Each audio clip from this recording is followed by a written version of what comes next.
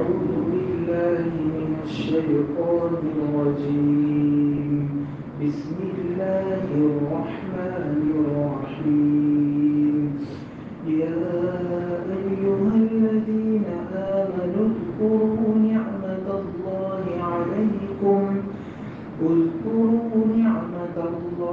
عليكم إذ جاءتكم جنود فأرسلنا عليهم ريحا وجنودا لم تروها وكان الله بما تعملون بصيرا. إذ جاءوكم من فوقكم ومن أسفل منكم وإذ زاغت الأبصار وبلغت القلوب الحناجر وتظنون بالله الظنونا. هنالك ابتلي المؤمنون وزلزلوا زلزالا شديدا. صدق الله العظيم. محترم بھائیوں، دوستوں، بزرگوں، پچھلی کچھ نشستوں سے اور کچھ مجلسوں سے قرآن پاک کی جس سورت کی تفسیر ہو رہی ہے اور جس سورت کی مبارک آیات کا درس ہو رہا ہے، اس سورت کا نام ہے سورہ احزاب۔ احزاب عربی میں حزب کی جمع ہے، اور حزب کہتے ہیں جماعت کو۔ چونکہ اس سورت میں اللہ تعالیٰ نے ایک ایسے غزوے کو، ایک ایسی لڑائی کو بیان کیا جو مکہ والوں نے بہت سی چھوٹی چھوٹی جماعتوں کے ساتھ مل کر اور چھوٹے چھوٹے قبائلوں کو اپنے ساتھ ملا کر ایک بڑا جتھا تیار کر کے اس نیت سے مدینہ پر مسلمانوں پر حملہ کرنے کے لیے آئے تھے کہ اب تو مسلمانوں کو بیخ و بن سے، جڑ سے اکھاڑ کر ان کا نام و نشان مٹا دیں گے۔ تو چونکہ اس جنگ میں بہت ساری چھوٹی چھوٹی جماعتیں اور حزب احزاب بہت سارے جمع ہوئے تھے، اس لیے اس سورت کا نام اللہ تعالیٰ نے سورہ احزاب رکھا، چونکہ اس سورت میں اس جنگ کا تفصیل سے اللہ تعالیٰ نے تذکرہ فرمایا ہے۔ اور یہ جو غزوہ اور لڑائی ہے، جس کو ہم غزوہ احزاب بھی کہتے ہیں، اور اسی کا دوسرا نام ہے غزوہ خندق، چونکہ اس میں مسلمانوں نے، صحابہ کرام رضی اللہ عنہم اجمعین نے حضور صلی اللہ علیہ وسلم کی قیادت اور رہبری میں کافروں کے ساتھ جو جنگ لڑی تھی، اس جنگ میں ایک نیا اور انوکھا طریقہ اختیار کیا تھا۔ وہ یہ تھا کہ دشمنوں کے سامنے خندق کھود دی تھی۔ اس وجہ سے اس لڑائی اور اس جہاد کو غزوہ خندق بھی کہتے ہیں۔ یہ لڑائی حضور اکرم صلی اللہ علیہ وسلم کے مدینہ ہجرت فرما جانے کے 5 سال بعد ہوئی۔ سن ہجری 5 میں یہ شوال کے مہینے میں یہ لڑائی کافروں کے ساتھ ہوئی۔ اور اس لڑائی کا کیا سبب بنا، تو اس کے سلسلے میں جو مورخین اور مفسرین ہیں وہ 3-4 قول ذکر کرتے ہیں اس کے بارے میں۔ ایک پہلا قول تو یہ ہے کہ غزوہ احد میں اخیر میں جنگ جو ہے وہ مسلمانوں کے ہاتھ سے نکل کر کافروں کے ہاتھ میں آ گئی تھی، اور ایسی نازک صورتحال بن گئی تھی کہ اگر کافر پلٹ کر اور مسلمانوں پر حملہ کرتے تو مسلمانوں کے لیے اور زیادہ مسائل کھڑے ہو جاتے ہیں۔ حالانکہ میدان اخیر میں کافروں کے ہاتھ میں تھا، لیکن وہ یہ سوچ کر کہ کہیں آیا ہوا میدان ہاتھ سے نہ نکل جائے، وہ لوگ اسی حال میں واپس ہو گئے۔ اللہ کے رسول صلی اللہ علیہ وسلم بھی جو ہے وہ اپنے زخمی صحابہ کو لے کر، خود حضور صلی اللہ علیہ وسلم بھی غزوہ احد میں شہید ہوئے تھے۔ آپ صلی اللہ علیہ وسلم کو یہاں جو ہے وہ زخم لگا تھا، دانتوں پر آپ کو زخم لگا تھا، تو حضور حضور اکرم صلی اللہ علیہ وسلم خود بھی زخمی تھے، صحابہ بھی زخمی تھے، 70 صحابہ، بڑے بڑے 70 صحابہ، 70 صحابہ شہید ہو گئے تھے. تو بڑا مسلمانوں کو ظاہر کے اعتبار سے نقصان ہوا تھا. کافی لوگ جب پلٹ کر واپس گئے تو ان کو تھوڑا سا افسوس ہوا کہ ابھی برابر ہم نے بدر کا بدلہ نہیں لیا ہے، ابھی اور زیادہ مسلمانوں کے ساتھ مقابلہ کر کے جب وہ دب ہی گئے تھے تو اور دبا کر ہمیشہ کے لیے اس مسئلے کو ختم کر دینا چاہیے تھا. اس لیے ابو سفیان نے، جو غزوہ احد میں کافروں کی طرف سے لیڈر تھا، حضور اکرم صلی اللہ علیہ وسلم سے وعدہ کیا تھا کہ اس سال تو ٹھیک ہے ہم بھی واپس چلے جاتے ہیں اور آپ بھی واپس چلے جاؤ، اگلے سال پھر تیاری کر کے آئیں گے. غزوہ احد سن ہجری 3 میں ہوا، ہجرت کے 3 سال بعد، تیسرے سال میں. تو اگلے سال یعنی سن ہجری 4 میں پھر آئیں گے اور بدر کے میدان میں ہماری دوبارہ لڑائی ہوگی. حضور اکرم صلی اللہ علیہ وسلم نے کہا کہ کیوں نہیں، دوبارہ آئیں گے اور دوبارہ لڑائی ہوگی، ہمارے تمہارے درمیان وعدہ طے ہے. چنانچہ دوسرے سال بدر کے میدان میں جو تاریخ طے ہوئی تھی، اس طے شدہ تاریخ پر حضور اکرم صلی اللہ علیہ وسلم اپنے صحابہ کے ساتھ، تقریباً 1500 کے قریب صحابہ تھے، ان کو لے کر آپ صلی اللہ علیہ وسلم بدر کے میدان میں پہنچے. وہاں مکے سے ابو سفیان بھی 3000 کافروں کا لشکر لے کر نکلا. مکے سے باہر ایک وادی ہے، وادی مغروز زہران، وہاں پر پہنچ کر ابو سفیان کو تھوڑا سا ڈر لگا، اندر سے جو ہے وہ خوف پیدا ہوا کہ میں نے مسلمانوں کے ساتھ ایک لڑائی لڑی ہے جس میں میں لیڈر تھا غزوہ احد میں، اور کچھ نہ کچھ حد تک میدان ہمارے ہاتھ میں تھا. اب مسلمانوں سے مقابلہ ہوگا تو پتہ نہیں میدان کس کے ہاتھ میں رہتا ہے، ہم میں سے کتنے مارے جاتے ہیں، کیا نتیجہ ہوتا ہے. تو اس کو اپنی چودراہٹ کا، اپنی لیڈری کا خطرہ ہوا. تو اس نے اپنے ساتھیوں سے کہا کہ دیکھو اس وقت بہت فحت سالی ہے، خشک سالی ہے، اور ہمارے پاس مال بھی زیادہ نہیں ہے، مجھے لگتا ہے کہ یہ لڑائی کا صحیح موقع نہیں ہے، ہمیں واپس پلٹ جانا چاہیے، اگلی بار پھر ہم آئیں گے. یہ کہہ کر اچھا جب اس نے یہ رائے پیش کی تو پورے 3000 کے لشکر میں سے کسی ایک نے بھی مخالفت نہیں کی. سب کے دل میں یہی بیٹھا ہوا تھا کہ ابھی لڑائی نہ ہو تو اچھا ہے، اور سب کے سب واپس ہو گئے. آپ صلی اللہ علیہ وسلم بدر کے میدان میں 8 دن تک کافروں کا انتظار کرتے رہے، ان میں سے کوئی نہیں آیا. مسلمانوں نے وہاں مقامی قبیلوں کے ساتھ تھوڑا سا لین دین بھی کیا، اس میں اللہ نے بڑا نفع دیا، اور آس پاس کے سارے قبائل پر مسلمانوں کی دھاک جم گئی کہ دیکھو یہ لوگ تو نکلے تھے مقابلے کے لیے لیکن سامنے سے مکہ کے کافر نہیں آئے. تو یہ جو مسلمانوں کی دھاک بیٹھی ہوئی تھی یہ کافروں کو اچھی نہیں لگ رہی تھی، اس لیے وہ سوچ رہے تھے کہ کوئی ایسا موقع ہو کہ ہم مدینہ والوں کے ساتھ لڑائی کریں اور ان کو کھلی ہوئی ہار دے دیں، کھلی ہوئی شکست دے دیں، تاکہ ہماری بدر کی لڑائی کا بھی انتقام اور بدلہ ہو جائے، اور وہ خود میں جو ہم نے تھوڑی سی کسر چھوڑ دی تھی وہ کسر بھی پوری ہو جائے. تو ایک تو یہ سبب بنا تھا. دوسرا سبب یہ بنا کہ غزوہ احد کے بعد جب کافر لوگ کھلا مسلمانوں کے مقابلے میں آ گئے تو آپ صلی اللہ علیہ وسلم نے بھی آس پاس کے جتنے تجارتی راستے تھے ان راستوں پر صحابہ کو بھیج کر مکے کا جو بھی قافلہ آتا تھا اس قافلے پر حملہ کروانا مسلمانوں نے شروع کیا. تو اس کی وجہ سے ان کا تجارتی راستہ بھی امن والا نہیں رہا اور اس میں بھی بڑے خطرات ہو گئے. اس لیے بھی کافی سوچ رہے تھے کہ مدینے والوں کے ساتھ ایک فیصلہ کو لڑائی ہونی چاہیے. اس کے علاوہ خود مدینہ میں یہودیوں کے 3 بڑے بڑے قبیلے آباد تھے، اس میں سے ایک قبیلے کا نام تھا بنو نذیر. انہوں نے مسلمانوں کے ساتھ غداری کی، مسلمانوں کے ساتھ وعدہ ہوا تھا کہ مدینے میں ہم آپس میں مل جل کر رہیں گے، کوئی کسی کے ساتھ لڑائی نہیں کرے گا، باہر سے کوئی دشمن آئے گا تو ہم سب مل کر اس کا مقابلہ کریں گے. لیکن بنو نذیر نے غداری کی. حضور صلی اللہ علیہ وسلم نے اللہ تعالیٰ کے حکم سے ان سب کو جلا وطن کر دیا اور وہ سب کے سب جو ہے وہ جلا وطن ہو کر خیبر میں پہنچ گئے. اب جب ان کو مدینے سے نکال کر خیبر میں دھکیل دیا تو ان کے دل میں بڑا یہ تھا کہ مسلمانوں سے کوئی بدلہ لینا چاہیے.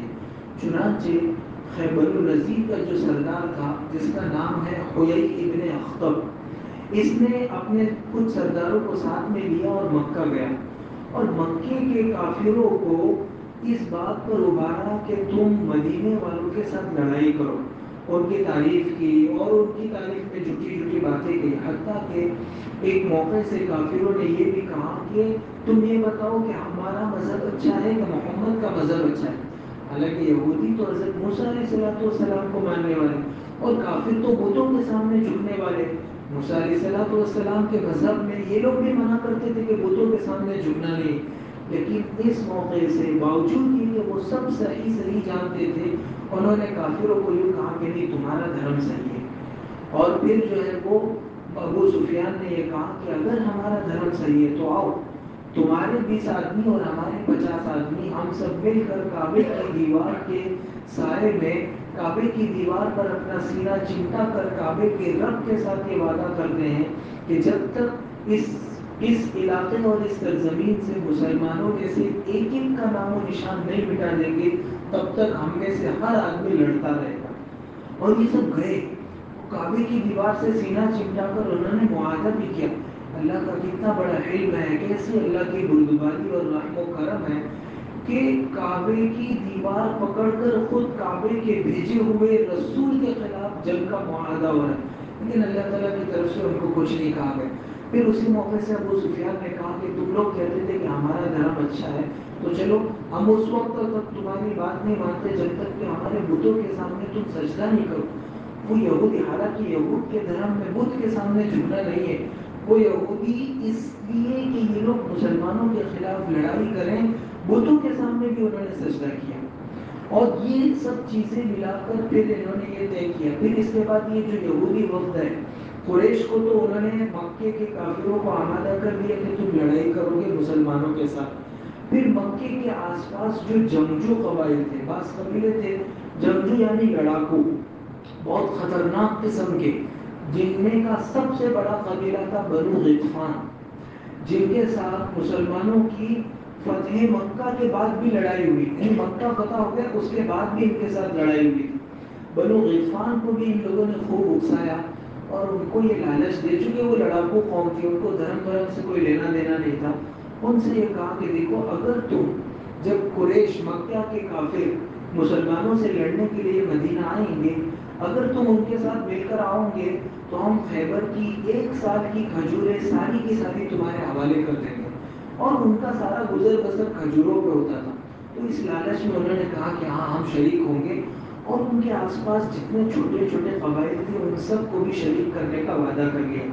اور 5ویں سال، ہجرت کے 5ویں سال سنہ جی 5 میں شوال کے مہینے میں ابو سفیان کی سرکردگی اور رہبری اور قیادت میں مکے سے 4000 سواروں 4000 کا لشکر نکلا اور بنو غطفان کے 6000، اس طرح کل ملا کر 10,000 ہو گئے۔ اور یہ 10 کے 10,000 مدینہ پر اس نیت سے حملہ کرنے کے لیے آئے کہ آج تو مدینے سے مسلمانوں کا نام و نشان مٹا دیں گے۔ اوپر سے مدینے میں جو قبیلہ تھا بنو نذیر کو تو جلا وطن کر کے خیبر بھیج دیا تھا، بنو قریظہ ایک قبیلہ تھا، اس کو بھی ان لوگوں نے اندر آ کر، میں آگے بتاتا ہوں انہوں نے کیسے توڑا۔ اندر سے بنو نذیر کا سردار جو تھا حیی ابن اخطب، وہ بنو قریظہ والوں کے پاس آیا اور کہا کہ اس طرح پلان ہے، باہر سے وہ لوگ حملہ کریں گے، تم اندر سے بغاوت کر دینا، تو مسلمان چکی کے 2 پارٹ میں پیس کر ہمیشہ کے لیے ختم ہو جائیں گے۔ یہ ساری خبریں جب حضور اکرم صلی اللہ علیہ وسلم کو پہنچی تو پہلا جملہ آپ کی زبان سے نکلا، حسبنا اللہ و نعم الوکیل، اللہ ہی ہمارے لیے کافی ہے اور اللہ بہترین کارساز۔ کیونکہ 10,000 کا لشکر معمولی لشکر نہیں تھا، بدر میں 1,000 آئے تھے، احد میں 3,000 آئے تھے، اس سے بڑا لشکر کبھی آیا نہیں تھا۔ 10,000 یعنی مدینہ کی کل آبادی، مدینہ کے ہر فرد کو گنو تو بھی 10,000 نہیں ہوتے تھے، یہودیوں وغیرہ سب کے ساتھ ملا کر۔ تو ان 10,000 کا مسلمان مقابلہ کیسے کریں گے؟ ایک بڑا مرحلہ تھا، اس لیے حضور اکرم صلی اللہ علیہ وسلم کی زبان سے پہلا جملہ یہ نکلا، حسبنا اللہ و نعم الوکیل۔ پھر دوسرا کام آپ نے یہ کیا کہ سب صحابہ کو بلایا اور مشورہ کیا کہ اب یہ لوگ آ رہے ہیں تو ان کا مقابلہ کیسے کیا جائے۔ بدر میں مسلمان باہر نکل کر لڑے تھے، غزوہ احد میں بھی مسلمان مدینے سے باہر نکل کر لڑے تھے، کیا اس موقع سے بھی مسلمان مدینے سے باہر نکل کر لڑیں یا پھر مدینے میں رہ کر لڑیں؟ تو باہر نکل کر لڑتے تو مسلمان مشکل سے 3,000 تھے اور وہاں سامنے 10,000 کا لشکر تھا. حضرت سلمان فارسی رضی اللہ عنہ جو ایران سے ہجرت کر کے آئے تھے اور مدینہ آ کر مسلمان ہوئے تھے, انہوں نے کہا کہ اللہ کے رسول میری ایک رائے یہ ہے, ہمارے عربوں میں یہ خندق کھود کر لڑنے کا سسٹم نہیں تھا, رواج نہیں تھا, کبھی انہوں نے دیکھا نہیں تھا. تو انہوں نے سمجھایا کہ ہمارے یہاں ایران میں ایسا ہوتا ہے جب کوئی طاقتور دشمن, زبردست دشمن حملہ کرنے والا ہوتا ہے تو سارے لوگ قلعے میں گھس جاتے ہیں اور سامنے بڑی خندق کھود دی جاتی ہے اور خندق کے اس پار سپاہی رہتے ہیں تاکہ وہ خندق کود کر اندر نہ آنے پائے. تو میری رائے یہ ہے کہ خندق کھودی جائے. اچھا, مدینے کا جو محل ہے وہ اس کا جو جغرافیہ تھا وہ بھی ایسا تھا کہ دو طرف بڑے بڑے پہاڑی یا چٹانوں والے علاقے تھے جہاں سے کوئی بڑی فوج نہیں آ سکتی, اکا دکا آدمی آ سکتا ہے. دونوں طرف یہ تھا. تیسری طرف جو پیچھے کی طرف تھی وہاں گھنی آبادیاں تھی اور اس کے پیچھے کھجور کے بڑے بڑے باغات تھے, تو وہاں سے بھی کوئی نہیں آ سکتا تھا. یہ سامنے کی جو فرنٹ لائن ہے وہ کھلی ہوئی تھی, وہاں سے بڑا لشکر آ سکتا تھا اور وہی مکے کی جانب پڑتا تھا. تو حضور اکرم صلی اللہ علیہ وسلم نے حضرت سلمان فارسی رضی اللہ عنہ کی رائے پسند فرمائی اور یہ طے کیا کہ اس پہاڑ سے لے کر اس پہاڑ پر تک ایک لمبی خندق کھودی جائے گی. اور جبل سلا نام کا ایک پہاڑ تھا, اس کو حضور اکرم صلی اللہ علیہ وسلم نے اپنی پیٹھ پر رکھا اور تھوڑا سا مدینے سے باہر نکل کر دو پہاڑوں کے درمیان جتنی کھلی جگہ تھی اس کھلی جگہ میں ایک لمبی خندق حضور اکرم صلی اللہ علیہ وسلم نے کھودنے کا فیصلہ فرمایا اور خود آپ نے اپنے ہاتھ سے لائن کھینچی کہ یہاں سے لے کر یہاں تک خندق کھودنی ہے. وہ بڑا لمبا علاقہ تھا جہاں خندق کھود رہی تھی. تو پھر آپ صلی اللہ علیہ وسلم نے یہ کیا, 10-10 گز یعنی 32-32 میٹر 10-10 صحابہ کی الگ الگ ٹولیاں بنائی اور ہر ٹولی کو 10-10 گز 32-32 میٹر کا حصہ دیا اور کہا کہ اتنی لمبی, اتنی چوڑی اور اتنی گہری خندق کھودنی ہے. اب اس میں مختلف اقوال ہے, کوئی کہتا ہے 5 گز چوڑی تھی, 5 گز گہری تھی. بہرحال اتنی تھی کہ آسانی سے کوئی گھوڑا کدا کر اندر نہیں آ سکتا ہے اس طرح, اتنی ضرور تھی. اگر کودنے جائے گا کوشش کر کے تو یا تو نیچے گر جائے گا یا پھر یہاں جو ہے وہ تیروں کا مقابلہ کر کے وہ زخمی ہو جائے گا. یہ خندق کھودنے کے لیے 10-10 ٹولیوں کی, مہاجرین کی, انصار کی الگ الگ جماعتیں بنائی اور سب کو کام سونپ دیا. خود حضور اکرم صلی اللہ علیہ وسلم نے بھی اپنی 10 ساتھیوں کی ایک جماعت بنائی اور آپ نے بھی ایک حصہ لیا کہ میں اس حصے میں کھدائی کروں گا. اب حضرت سلمان فارسی رضی اللہ عنہ جنہوں نے یہ رائے دی تھی, عربوں نے تو کبھی دیکھی نہیں تھی کہ خندق کیا ہوتا ہے, اور نہ وہ انصار میں سے تھے نہ مہاجرین میں سے تھے, وہ تو ایران سے آئے تھے. تو مہاجرین یہ کہہ رہے تھے کہ ان کو ہمارے ساتھ شامل کرو, انصار کی ٹولیاں یہ کہہ رہی تھی کہ سلمان ہمارے ساتھ رہیں گے. کہ حضور اکرم صلی اللہ علیہ وسلم نے یہ جھگڑا دیکھا تو آپ نے فرمایا سلمان منا, کہ سلمان تو ہم میں سے ہے نہیں, ہماری ٹولی میں سلمان رہیں گے, سلمان اہل بیت میں سے ہیں, ہمارے گھرانے سے ہیں. یوں کہہ کر آپ نے جھگڑا ختم کرنا. اس سے ایک سبق یہ بھی سیکھنے کو ملا کہ ہمارے علاقوں میں جو یہ رواج ہے یا ایک بری سوچ ہے کہ باہر کا بندہ ہے, گاؤں کا نہیں ہے, تو کتنا بھی ٹیلنٹڈ ہو, کتنا بھی صلاحیت والا ہو, اس کی صلاحیت کی کوئی قدر نہیں کی جاتی. حالانکہ دیکھیے صحابہ جو ہے وہ حضرت سلمان فارسی کو اپنی جماعت میں لینے کے لیے لڑ رہے تھے. معلوم ہوا جب دین کا نام آئے, جب اسلام کا نام آئے تو پھر قومیت, قبیلہ, خاندان, وطن, یہ سب رشتے ٹوٹ جاتے ہیں اور ایک کلیمے کا رشتہ ہوتا ہے. اسی لیے صحابہ جو ہے وہ حضرت سلمان فارسی رضی اللہ عنہ کو اپنی جماعت میں شامل کرنا چاہتے تھے. اور موسم بھی جو ہے وہ بڑا سخت تھا, سردی کا زمانہ تھا, بڑا قحط کا زمانہ تھا, مسلمانوں پر تنگی تھی, کھانے پینے کو کچھ نہیں ملتا تھا اور صحابہ کو اوپر سے اتنی مشقت والا کام وہ کھودنا. خود حضرت سلمان فارسی رضی اللہ عنہ فرماتے ہیں کہ ایک موقع سے ہم لوگ کھود رہے تھے, کھودتے ہوئے ایک بڑی چٹان نکل آئی اور وہ چٹان جو ہے وہ ٹوٹ ہی نہیں رہی تھی. ہم لوگ مارتے مارتے ہماری کدالیں اور ہمارے اوزار ٹوٹ گئے لیکن وہ چٹان نہیں ٹوٹ رہی تھی. تو ساتھیوں نے کہا کہ ایک کام کرے, حضور نے ایسا خط کھینچا ہے, یہ چٹان بیچ میں آ گئی ہے تو تھوڑا سا سی کر کے ایسا کر کے واپس وہاں تک لے جائیں گے. حضرت سلمان نے کہا کہ نہیں, حضور صلی اللہ علیہ وسلم نے جو لائن کھینچی اس سے ہم ان کو پوچھے بغیر آگے نہیں بڑھ سکتے.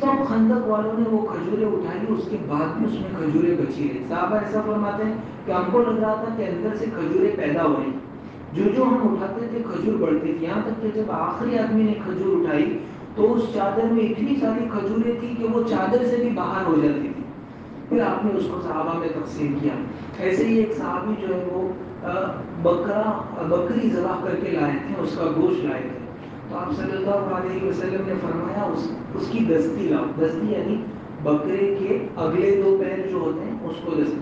حضور اکرم صلی اللہ علیہ وسلم کو پورے بکرے میں دستی کا گوشت بہت پسند تھا، تو آپ نے وہ منگوایا اور پھر وہ لے کر آپ جو ہے وہ کاٹ کاٹ کر صحابہ کو دیتے رہے.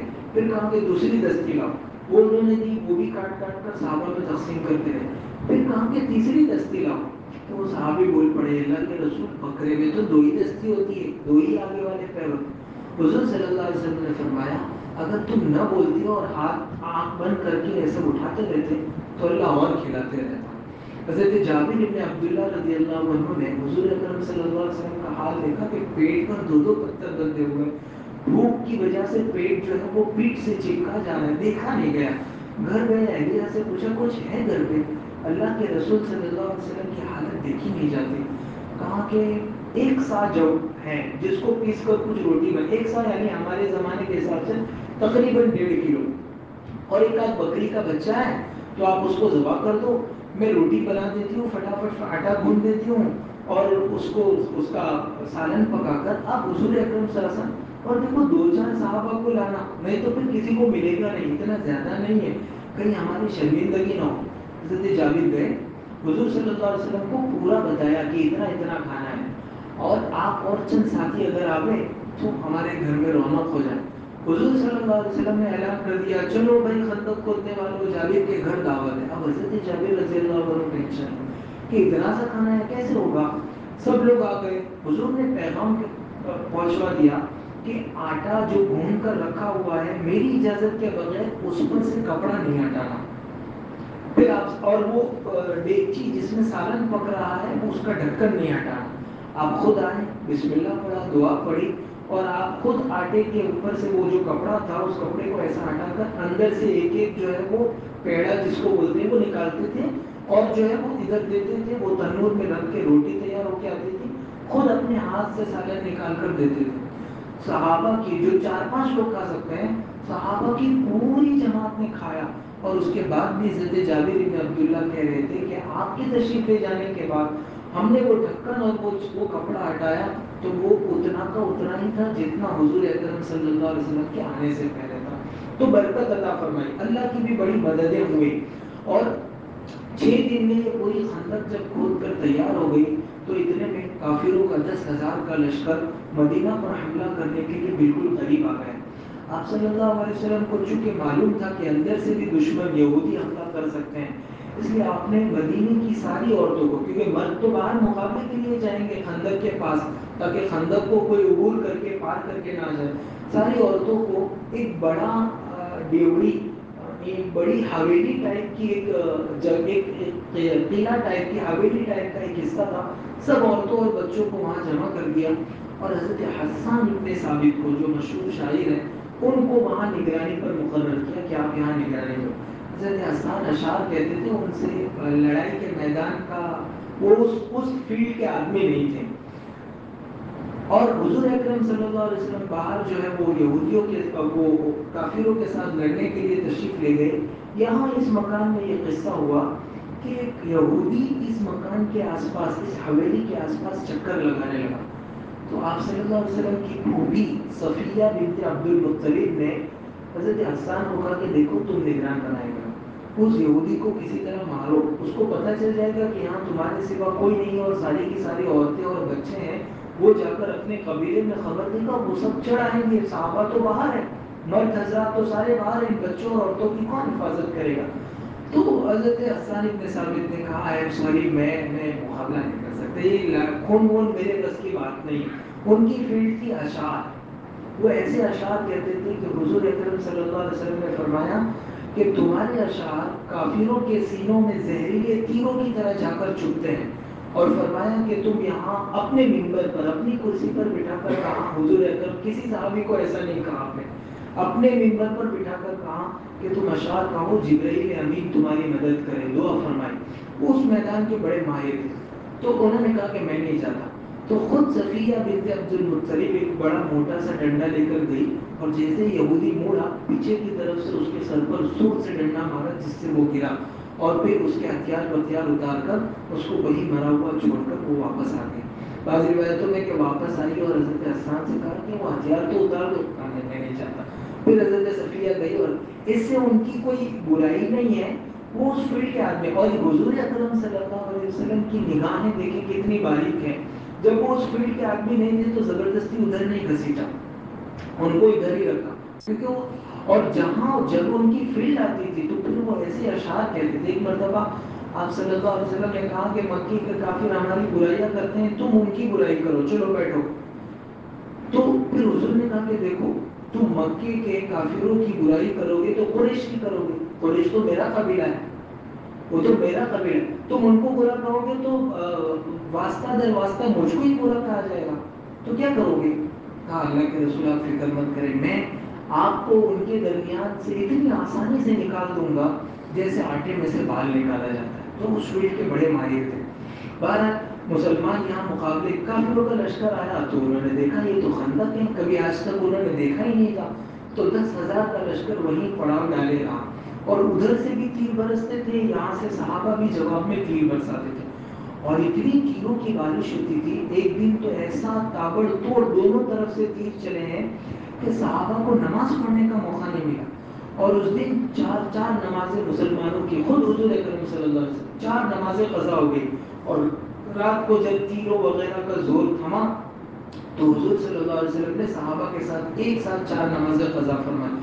اس موقع سے حضرت عمر رضی اللہ عنہ نے کہا اللہ کے رسول بد دعا کیجیے، ان ظالموں کی وجہ سے ہماری 4 نمازیں چلی گئی۔ آپ صلی اللہ علیہ وسلم نے بد دعا نہیں فرمائی، اور یہ مقابلہ ہوتا رہا۔ پھر تنگ آ کر ان میں سے کچھ لوگوں نے یہ طے کیا کہ جو بڑے بڑے بہادر تھے، جیسے ابو جہل کا بیٹا اکرمہ، زرار ابن خطاب، عمر ابن عبد ود، ان سب نے طے کیا کہ یار کچھ تو کرتے ہیں، یہ کب تک یہاں پڑے رہیں گے، اس طرح کب تک تیروں سے جو ہے وہ مقابلہ ہوتا رہے گا، کچھ نتیجہ تو نکلتا نہیں۔ تو وہ لوگ گھومے اور خندق میں جہاں کم حصہ تھا چوڑائی کا، کہا یہاں سے تیز رفتاری سے پیچھے سے گھوڑا لائیں گے، کودیں گے تو کود جائے گا گھوڑا، بعض گھوڑے لمبا کودتے ہیں، تو یہ 8 10 15 لوگ جو ہے وہ کود کر آ گئے۔ اس طرح ادھر سے وہ کود کر آئے تو حضور صلی اللہ علیہ وسلم نے چند صحابہ کو حکم دیا کہ جاؤ آگے جاؤ، ان سے مقابلہ کرو۔ مقابلہ کرنے میں سب سے پیش حضرت علی رضی اللہ عنہ تھے، اور سب سے پہلے وہاں سے عرب کا مشہور پہلوان عمرو ابن عبد ود وہ آگے بڑھا، اور اس نے کہا کہ ہے کوئی مائکا لال جو میرے سے مقابلہ کرے، اور میں تو یوں ہوں، اور میں تو، حضرت علی آگے بڑھے، اور حضرت علی بہت چھوٹے تھے اس کے مقابلے میں، حضرت علی آگے بڑھے تو اس نے جو ہے وہ بہت حکارت سے کہا کہ جا تو ابھی اپنی زندگی جی، نہیں تو تیری ماں تیرے کو روئے گی۔ حضرت علی نے اس کو کہا، اس کو اس طرح کا جواب دیا کہ وہ اور ذلیل ہوا اور غصے میں آ گئے، اور حضرت علی سے مقابلے کے لیے آیا۔ کہتے ہیں کہ حضرت علی رضی اللہ عنہ نے تلوار کا ایسا وار کیا، اس کو یہاں بیچ میں سے پورا چیر ڈالا، اور یہ حال دیکھ کر جو ہے وہ سب کافر گھبرائے، ادھر حضرت عمر اور بڑے بڑے صحابہ بھی تو سب جو ہے وہ بھاگے، ایسا بھاگے کہ اکرمہ ابن ابی جہل بعد میں مسلمان ہو گئے، وہ اپنا نیزہ بھی وہیں بھول گئے، ہتھیار وتھیار چھوڑ کے گھوڑا سمیت کود کر اس طرف کو بھاگے۔ پھر اس کے بعد کافروں کی ہمت نہیں ہوئی کہ اس طرح کود کر جو ہے وہ مقابلے کے لیے آئے۔ ادھر مسلمانوں کے حال بھی بدلا ہو رہا تھا، خود کافروں کا حال بھی بدلا ہو رہا تھا کہ جو کھانے پینے کا سامان لائے تھے وہ روز تھوڑا تھوڑا کر کے ختم ہو رہا تھا، اور ادھر مدینہ کے اندر جو قبیلہ تھا بنو قریظہ کا، یہودیوں کا، وہ لوگ بھی بغاوت کر رہے تھے، چونکہ ان میں آپس میں طے کیا ہوا تھا کہ تم باہر سے حملہ کرنا، ہم اندر سے کریں گے۔ اب یہ لوگ انتظار کر رہے ہیں کہ وہ لوگ حملہ نہیں کر رہے ہیں اندر سے، چونکہ وہ لوگ کہنے کو تو کہے تھے کہ ہاں ہم تمہارا ساتھ دیں گے، لیکن پھر ڈر لگا، اور ڈر یہ لگا کہ مسلمان اگر پلٹ کر ہماری طرف آ گئے تو کیا ہوگا، ابھی چلو باہر ہے لیکن پلٹ کر ہماری طرف آ گئے تو کیا ہوگا۔ تو وہ لوگ بھی بہت تذبذب میں تھے کہ کیا کرے کیا نہیں کرے، کیا کرے کیا نہیں کرے۔ آپ صلی اللہ علیہ وسلم کو جب اطلاع ہوئی کہ بنو قریظہ والے غداری کر رہے ہیں، تو آپ نے 2 بڑے صحابہ، ایک خزرج کے لیڈر اور ایک اوس کے لیڈر، مدینہ کے صحابہ کے دو بڑے قبیلے تھے، اوس اور خزرج۔ سعد بن عبادہ کو اور سعد بن معاذ کو کہا کہ جاؤ تحقیق کر کے آؤ۔ یہ لوگ وہاں گئے تو انہوں نے گالیاں دی، انہوں نے حضور اکرم صلی اللہ علیہ وسلم کی شان میں گستاخی کی، ان سے برا سلوک کیا۔ اس لیے لوگ سمجھ گئے کہ مسئلہ جو ہے وہ خراب ہے۔ اور پھر حضور نے کہا تھا کہ دیکھو جواب سب کے سامنے کھل کر مت دینا، نہیں تو سب مسلمانوں میں خوف بیٹھ جائے گا کہ پیچھے ہمارے بیوی بچوں کو کیا ہوگا۔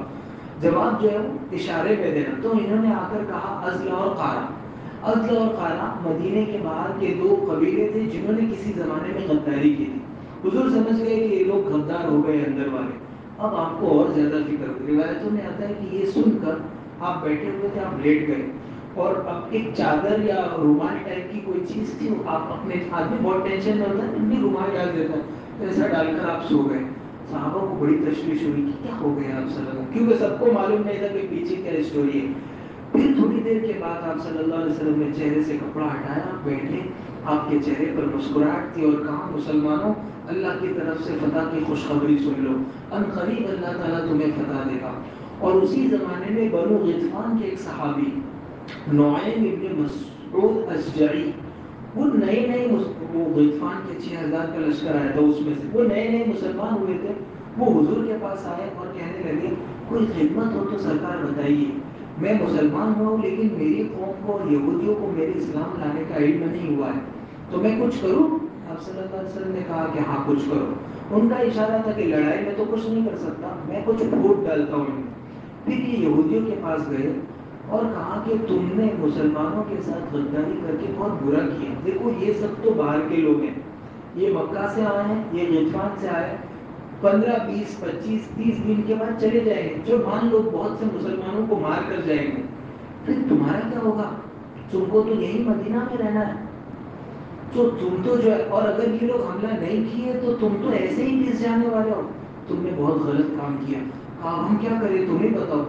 کہ ایسا کرو، یہ جو لوگ ہیں نا باہر سے، یہ لوگ تم کو کہیں گے کہ تم اندر سے صبح حملہ کرنا، ہم صبح جو ہے وہ باہر سے کریں گے، اس دن تم ان کو کہنا کہ ہم اس وقت تک، یہ لوگ تم کو حملہ کروائیں گے، خود حملہ نہیں کریں گے اور تم پھنس جاؤ گے، تو ان سے کہنا کہ 10 آدمی ہمارے پاس بھیجو، ہم ان کو ضمانت کے طور پر اپنے پاس رکھیں گے، وہ 10 آدمی دو گے تو ہم حملہ کریں گے۔ یہ بات ہو گئی۔ پھر نعیم ابن مسعود مکہ کے کافروں کے پاس اور یہ غطفان کے سرداروں کے پاس گئے اور کہا کہ اندر والوں نے تو خالی خالی تم کو کہا ہے کہ وہ تمہارے ساتھ ہے، وہ تو یہ سوچ رہے ہیں، وہ تو شرمندہ ہے کہ ہم نے غداری کر ڈالی، اب وہ یہ سوچ رہے ہیں کہ تمہارے 10 آدمی پکڑیں اور وہ پکڑ کر محمد کے حوالے کر دیں، تاکہ محمد کے سامنے جو غداری کا صلی اللہ علیہ وسلم غداری کا جو انہوں نے جرم کیا ہے وہ جرم ہلکا ہو جائے۔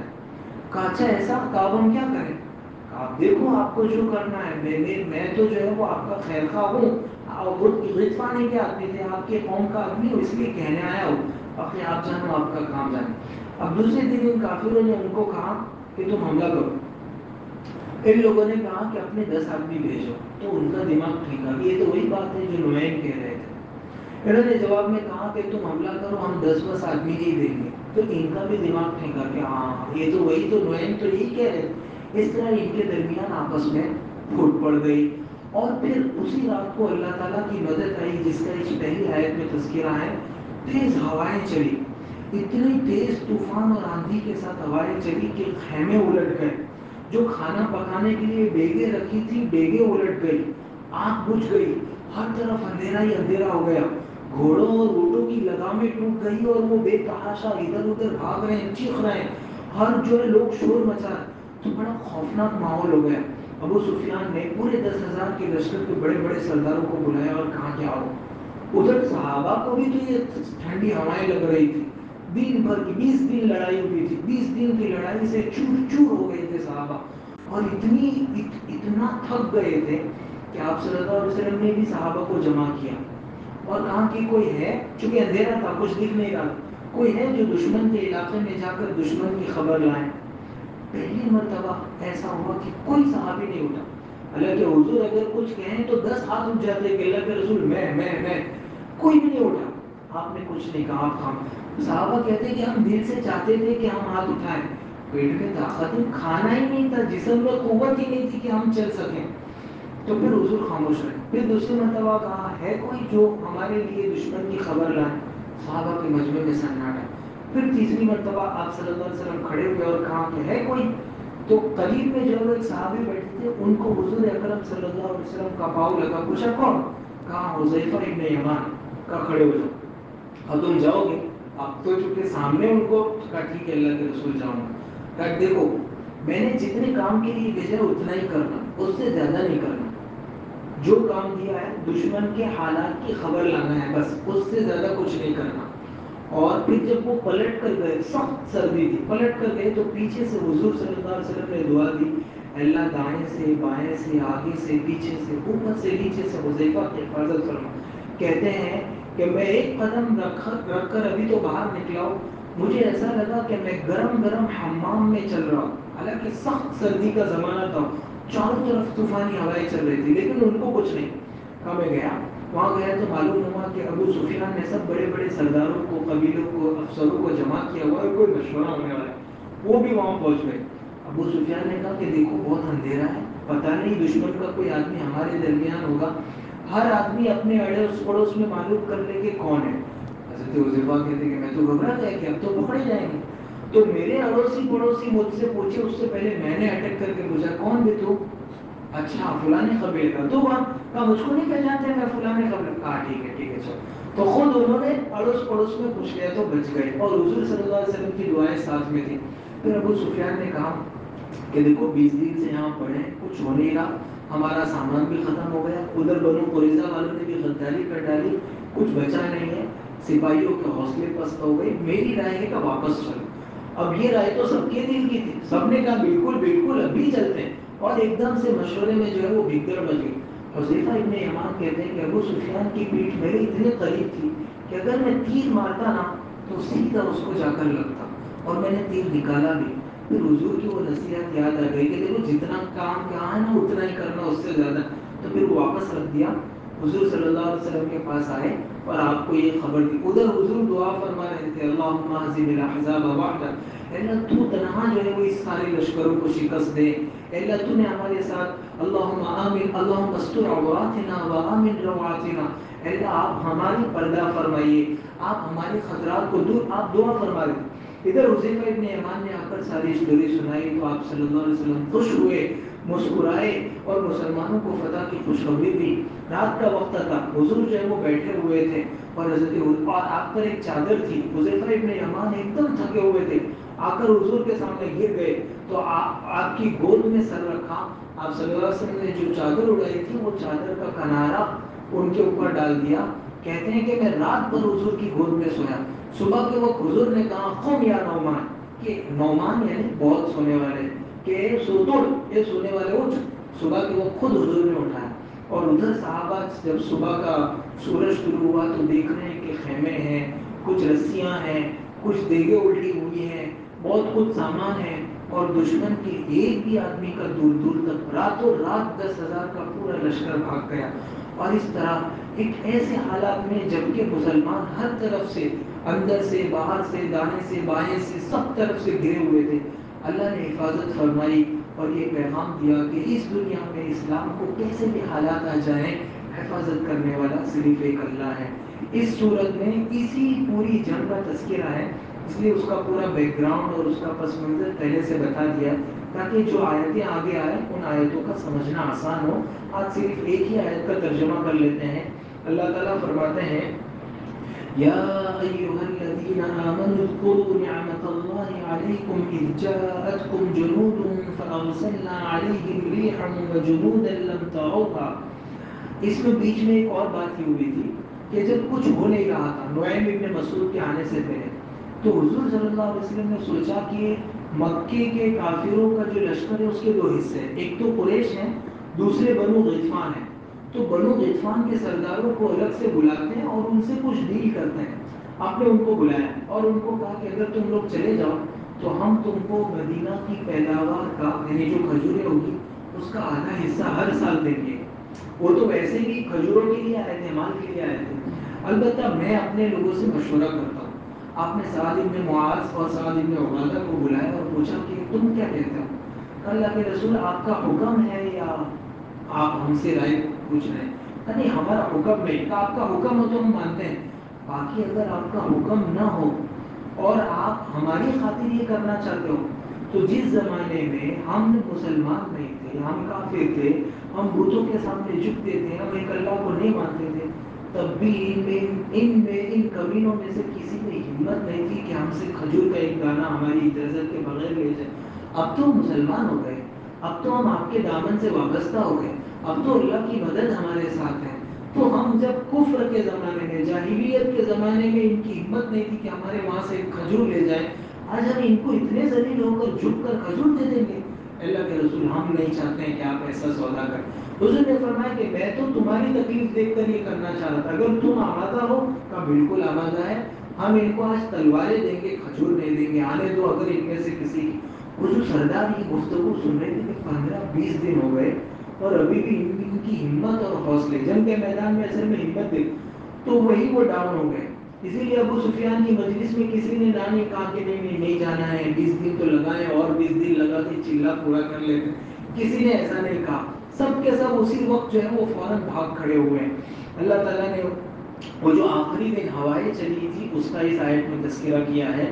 اے ایمان والو، اللہ تعالیٰ نے تم پر کیسا احسان کیا، ذرا یاد کرو اس دن کو اور اس وقت کو جب کہ بہت سارے لشکر تم پر چڑھ آئے تھے، تو ہم نے ان پر ایک آندھی اور ایسے فرشتوں کے لشکر بھیجے جو تم کو نظر نہیں آ رہے تھے۔ اللہ نے آندھی کے ساتھ فرشتوں کا لشکر بھی اتارا تھا، اور جو کام بھی تم کرتے ہو وَكَانَ اللَّهُ بِمَا تَعْمَلُونَ بَصِيرًا، اللہ تعالیٰ اس کو دیکھتے ہیں۔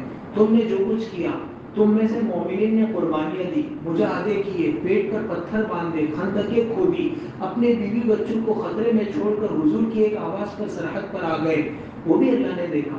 اور منافقین کو بھی دیکھا کہ منافقین بہانے سے مدینہ پیچھے بھاگ رہے ہیں، منافقین مسلمانوں پر اللہ تعالیٰ سب کچھ دیکھ رہے ہیں۔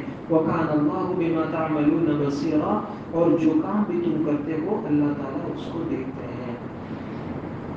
سبحانك اللهم وبحمدك وتبارك اسمك وتعالى جدك ولا اله غيرك، اللهم صل على سيدنا ومولانا محمد وعلى ال سيدنا ومولانا محمد كما صليت على ابراهيم وعلى ال ابراهيم انك حميد مجيد، اللهم بارك على محمد وعلى ال محمد كما باركت على ابراهيم وعلى ال ابراهيم انك حميد مجيد۔ ربنا ظلمنا انفسنا وان لم تغفر لنا وترحمنا لنكونن من الخاسرين، ربنا آتنا في الدنيا حسنة وفي الآخرة حسنة وقنا عذاب النار، اللهم إنا نجعلك في نحورهم ونعوذ بك من شرورهم، اللهم استر عوراتنا وآمن روعاتنا، اللهم استر عوراتنا وآمن روعاتنا، ربنا آتنا في الدنيا حسنة وفي الآخرة حسنة وقنا عذاب النار۔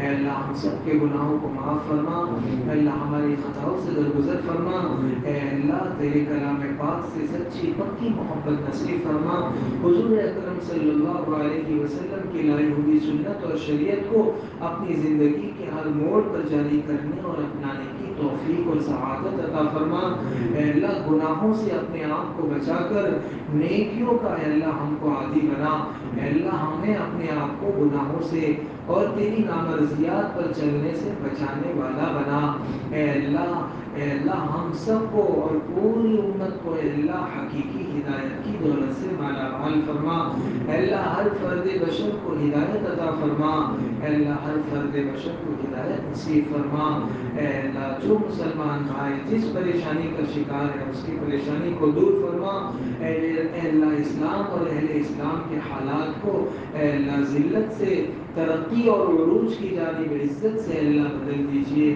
اللہ غزہ کے مسلمانوں کی بھرپور مدد اور نصرت فرما، اے اللہ وہ بھی چاروں طرف سے اسی طرح گھرے ہوئے ہیں جیسے تیرے پیارے صحابہ گھرے ہوئے تھے، اے اللہ جیسے تو نے اپنے صحابہ کی اور اپنے نبی پاک صلی اللہ علیہ وسلم کی مدد فرمائی تھی، اے اللہ آج تو ان کی مدد فرما، اے اللہ آج تو ان کی مدد فرما، اے اللہ وہ بھی صحابہ کی طرح حسبنا اللہ و نعم الوکیل کہنے والے لوگ ہیں، اے اللہ دنیا میں کسی کی مدد کی ضرورت نہیں ہے، آپ ہی ان کی مدد کو کافی اور شافی ہیں۔ اے اللہ دشمنوں کے مقابلے میں ان کی بھرپور مدد اور نصرت فرما۔